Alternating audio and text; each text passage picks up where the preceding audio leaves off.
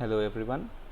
So in the last lecture I left you at this juncture where we had three variables, start, end and step, and we used them in a for loop.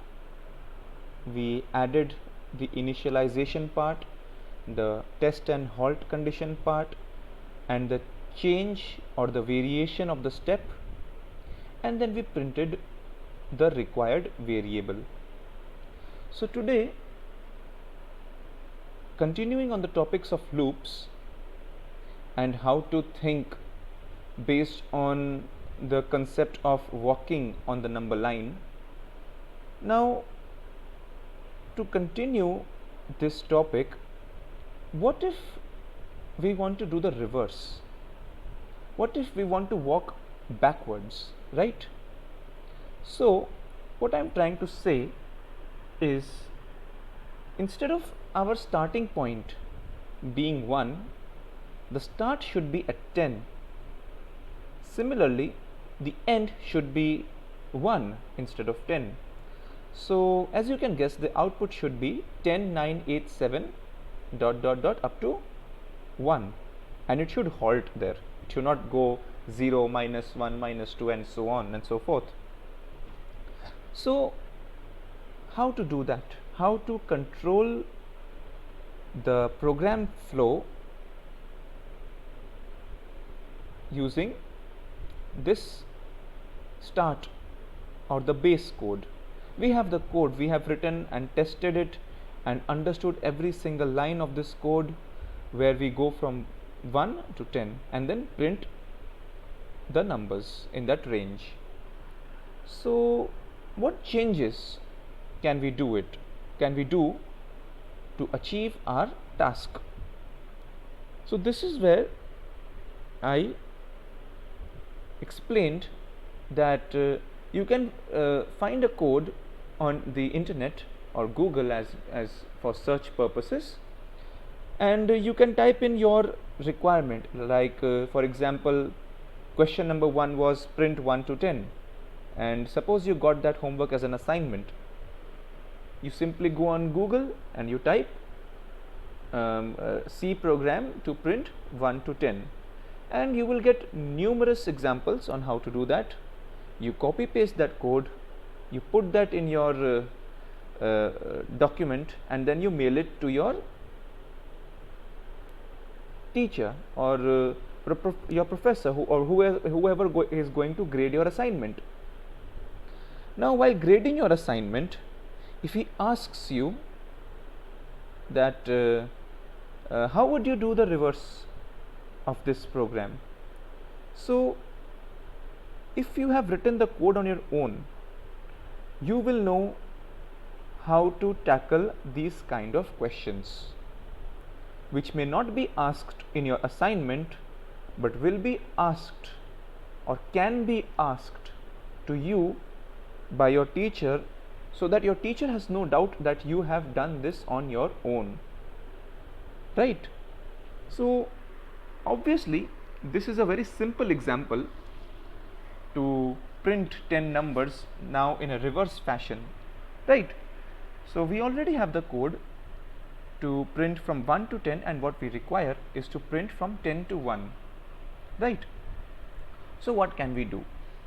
Simple logic says just change the start and end variables, right? So your start becomes 10 and your end variable becomes 1, right? So this is a start of your thought process as to how you need to think while tackling this problem.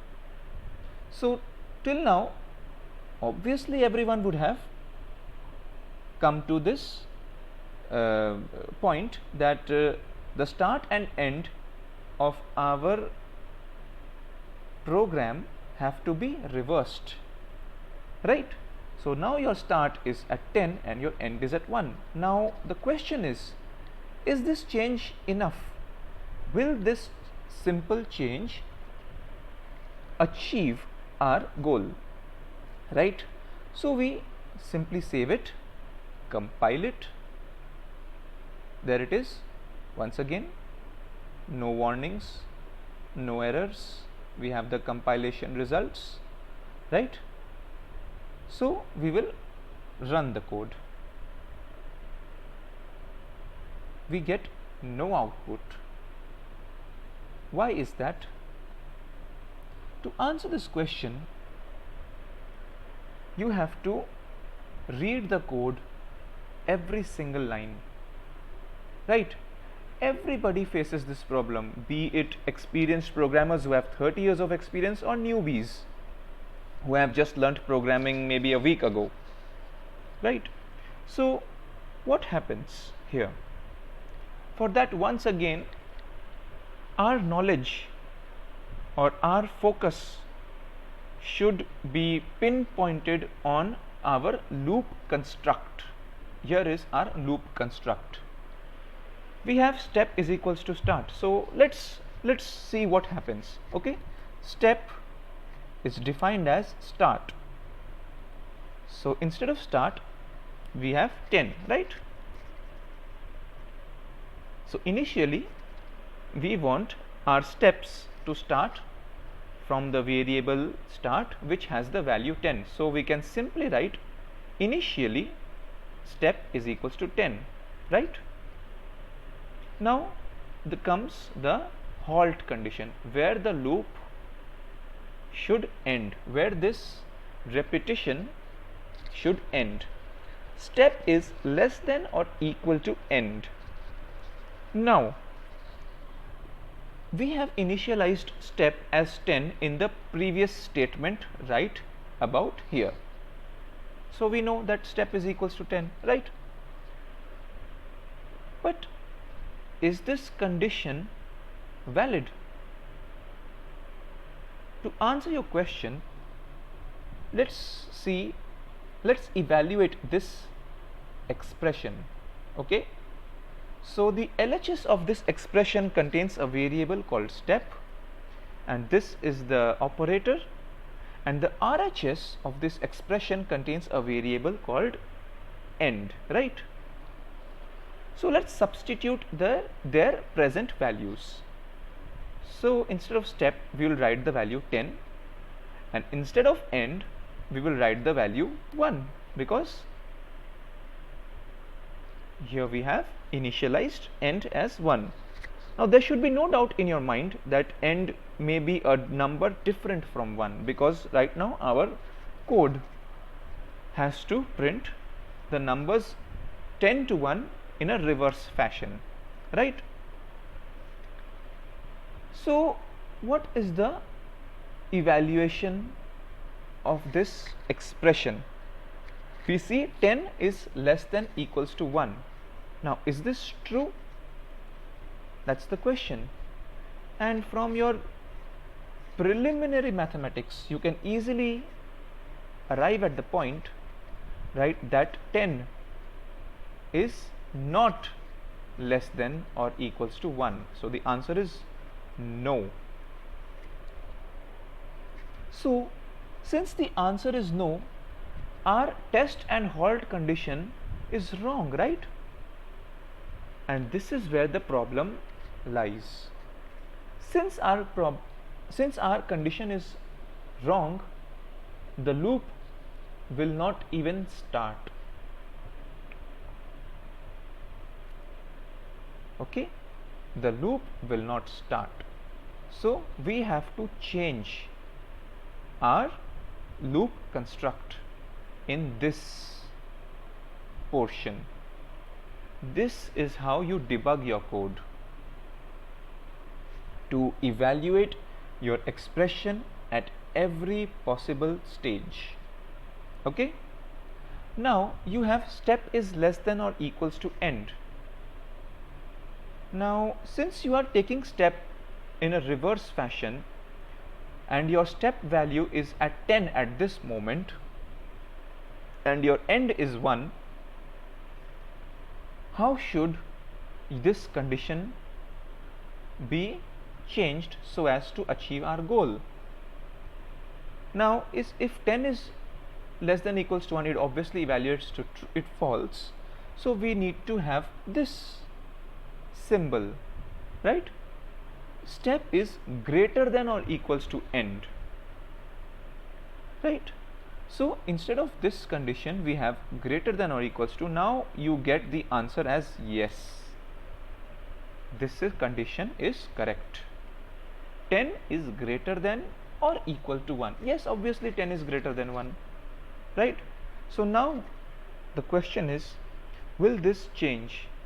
Two changes, right? We made two changes. One, we changed the start and end position of our loop variable, and secondly we changed the halt condition of the for loop.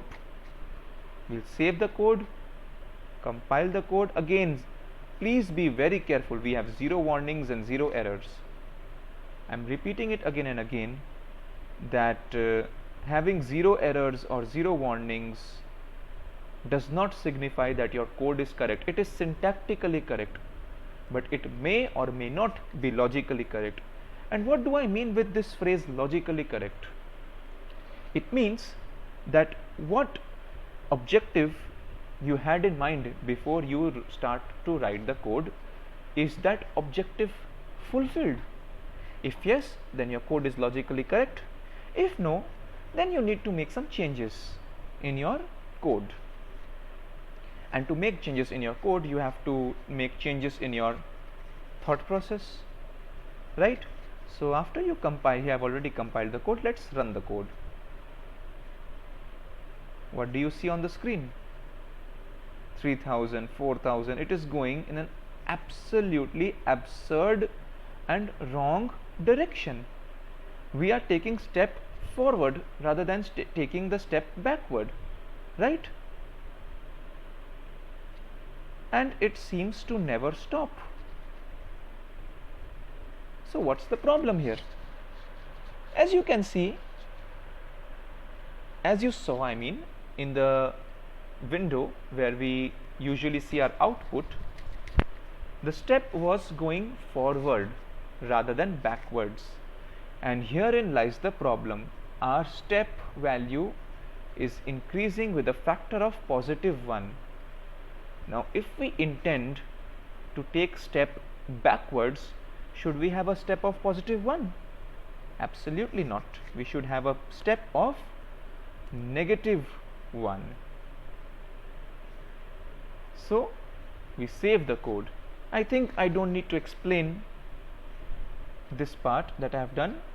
This should be extremely simple and logical for you to derive this and understand this, that why the step should be -1, right? Because from 10 to 1 we have to take the step of -1. If we take positive, it will be 11, 12, 13 and so on.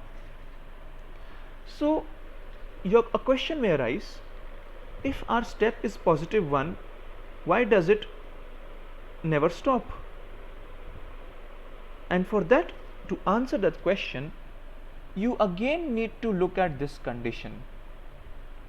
This condition, or the second statement of the for loop, determines whether your loop will end, and if it will end, at what point it will end, right?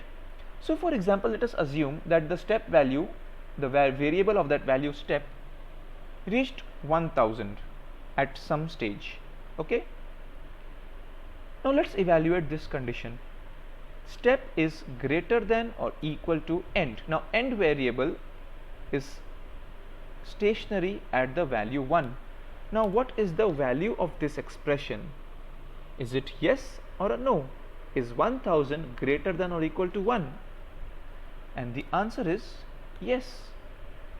So since this condition is always true, or this condition always gives us the value yes, this loop will continue to run.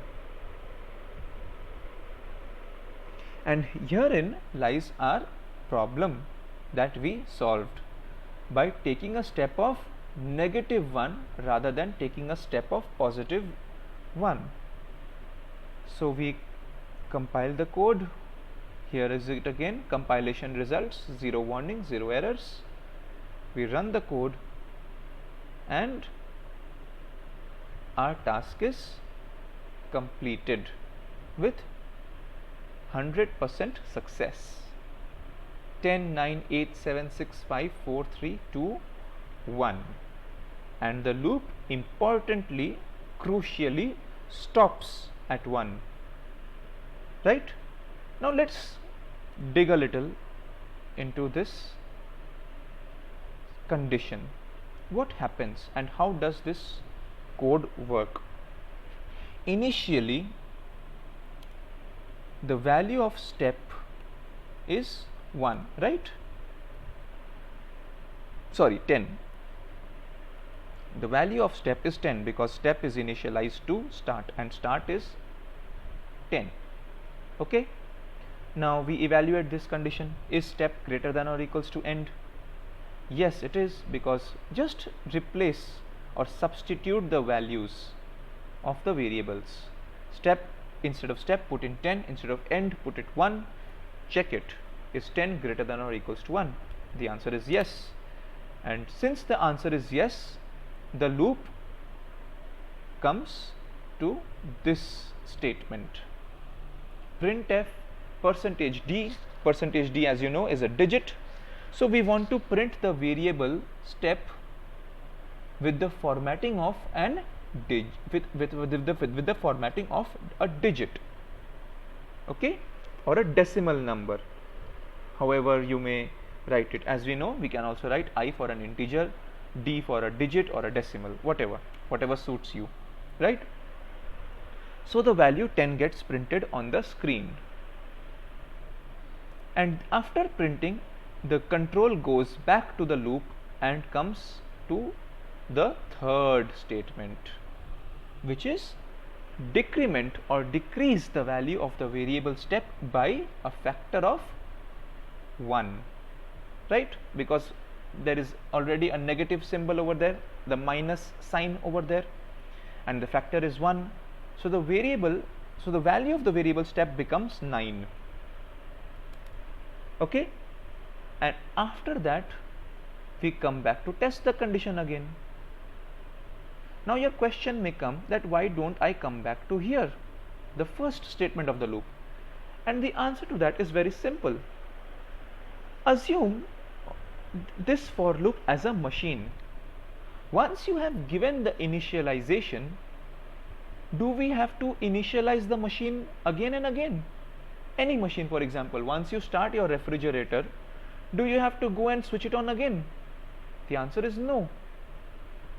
You switch it on once and the refrigerator will do its job of cooling the contents of the refrigerator. Similarly, when you are watching TV, do you need to switch it on again and again? No. You switch it on once and then you continue to watch it as you please, and then via switching it off via the switch or the remote control, you can switch it off whenever you feel like. So this for loop is also, you should treat it like a machine, that once you initialize it, you don't need to reinitialize it again and again. Alright. So we have, after the change is done on the variable step, we come back not to the first statement but to the second statement, which is step is greater than or equals to end. So the value, so again just replace or plug in the values of the variables.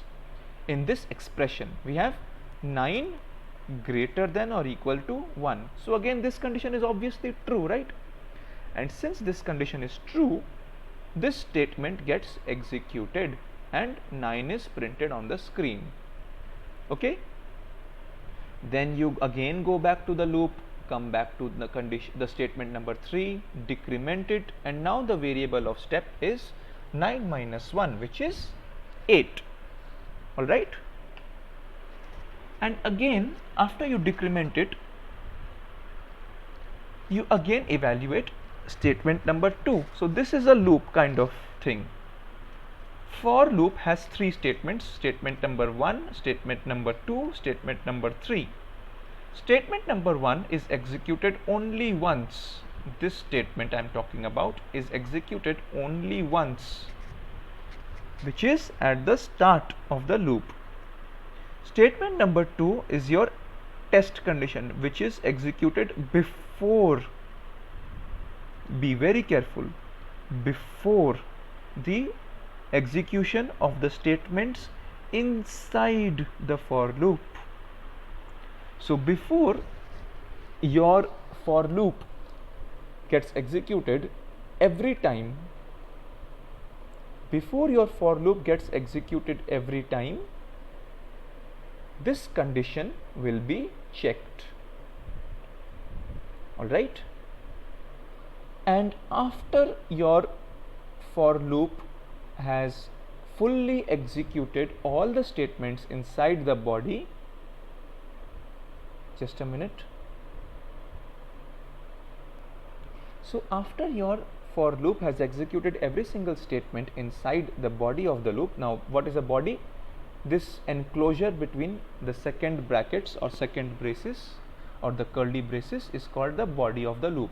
Okay, so after every statement is executed inside the body of the loop, we go to statement number 3. So the sequence in which your loop executes is statement number 2, then body, then statement number 3, and this goes on 2 body 3, back to 2 body and 3. And how long does this sequence continue? Until and unless this statement number 2 gives a true value or a yes value. Until this condition is correct, valid, the loop will continue to run. Alright, so from 10, 9 it goes on to 2. Let's finally get back to our program analysis. So at 2, when the step value finally decreases and goes to 2, again we check this condition before entering the body of the loop. The question arises, is 2 greater than equal to 1? And the answer is yes. So you print using this statement and then you decrement it. So the value of step becomes 1.